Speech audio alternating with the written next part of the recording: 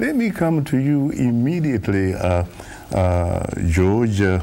What is your take in as far as this election? I've seen a bit of your writing. You seem to think that, like most people, that this is going to be an election, of course, that is too close to call, but in your particular case, you seem to be betting on the NPP.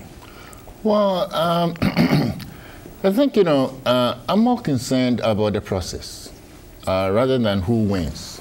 Okay, both candidates, are superb candidates. And they have the right qualifications and so forth. But the key worry is electoral fraud.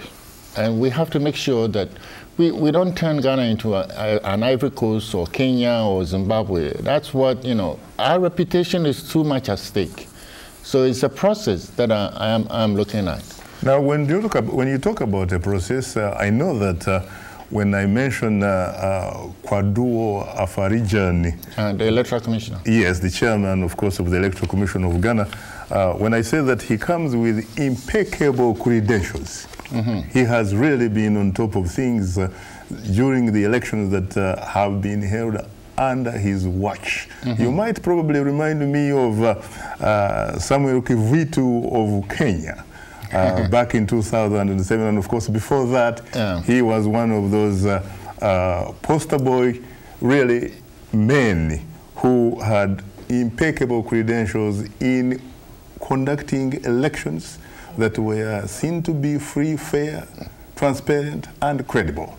Do you have any doubts about Mr. Afarijan pulling this one out? Well, look, there's always room for improvement, okay? Yeah. We had, some parliamentary elections, in 2010, and at, district elections. And at certain polling stations, the ballot, there were no ballot papers. It was postponed, and ballot papers had to be brought later on. We don't want a repeat of that. I mean, he's done a good job, but there's always room for improvement, and that's what I'll say. What about some accusations from the NPP of possible constituency gerrymandering? Oh yeah, I mean there are allegations that, for example, that there are 5 million fake during the biometric registration exercises. There are some 5 million fake voters on the register.